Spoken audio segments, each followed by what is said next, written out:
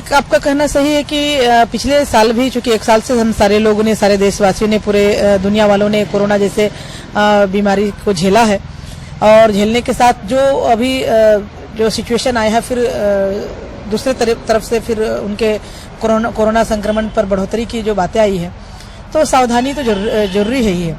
और प्रकृति के पास हर बीमारी का उपाय है, और अगर आज हम कह दें, अगर आप और हम कहीं से अगर बच सकेंगे तो इसमें सबसे बड़ा योगदान प्रकृति का है।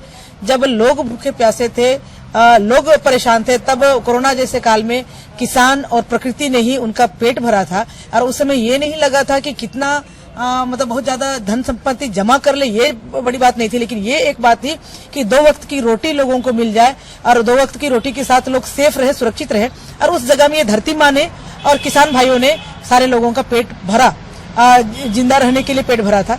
मैं ये कहूंगी कि भाई जिंदा रहना सबसे ज्यादा जरूरी है, और आज अगर आप और हम प्रकृति का ज्यादा दोहन करेंगे तो कहीं ना कहीं प्रकृति बैलेंस करने के लिए कुछ ना कुछ बीमारी के माध्यम से, प्राकृतिक आपदा के माध्यम से वो बैलेंस करती ही है। तो ये सबक है, सीख है, हम लोग सावधानी बरतें, और सावधानी बरतते हुए आपसी प्रेम भाईचारा के साथ त्योहार मनाएं, और अगर हम प्रकृति को बैलेंस करेंगे तो प्रकृति भी हमारे साथ बैलेंस करेगी। देखिए, जहाँ तक जैसे हम लोगों ने देखा कि होली के समय में माननीय मुख्यमंत्री जी ने होली का जो त्योहार है या भीड़ भाड़ न करे, एक उनका कहना था।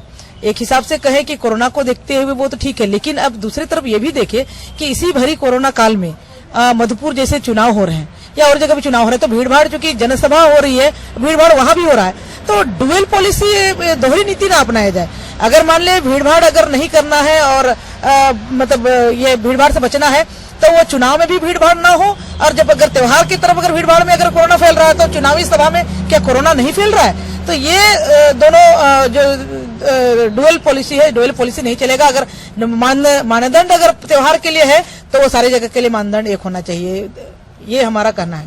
होली को लेकर के जो होली मिलन समारोह का जो गाइडलाइन जारी किया गया है, आप एक जगह एकत्रित होकर के नहीं कर सकते हैं, दूसरी तरफ सरहुल आने वाला है, तो ऐसे गाइडलाइन को 2 तरफा देखा जा रहा है, तो क्या कहेंगे इस पर? मैं तो कहूंगी ये 2 तरफा ही है। एक तरफ आप कहते हैं कि अब शामिल ना हो, और सरकार का जो भी गाइडलाइन होगा या जो निर्देश होगा वो हम लोग सबका पालन करने का एक दायित्व है, लेकिन क्योंकि सिर्फ त्योहार में ही क्यों ये आपका डंडा चल रहा है, सिर्फ होली में ही क्यों डंडा चल रहा है, या फिर सरहुल में अगर लोगों का भी जमावड़ा है उसमें क्यों डंडा चल रहा है?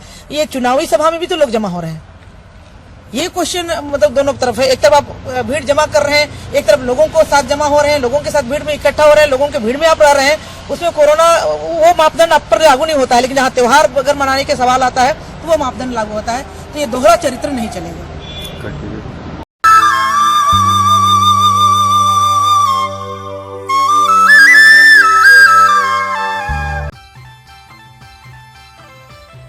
देखिए, समस्त देशवासियों सहित झारखंड प्रदेश के तमाम लोगों को सरहुल की ढेरों शुभकामना, और इस विश्वास के साथ कि आपका जीवन सुरक्षित रहेगा, आपका भविष्य सुरक्षित रहेगा। आने वाला कल पूरे धूमधाम से हम लोग सरहुल को मनाएंगे। तमाम लोगों को बहुत बहुत बधाई।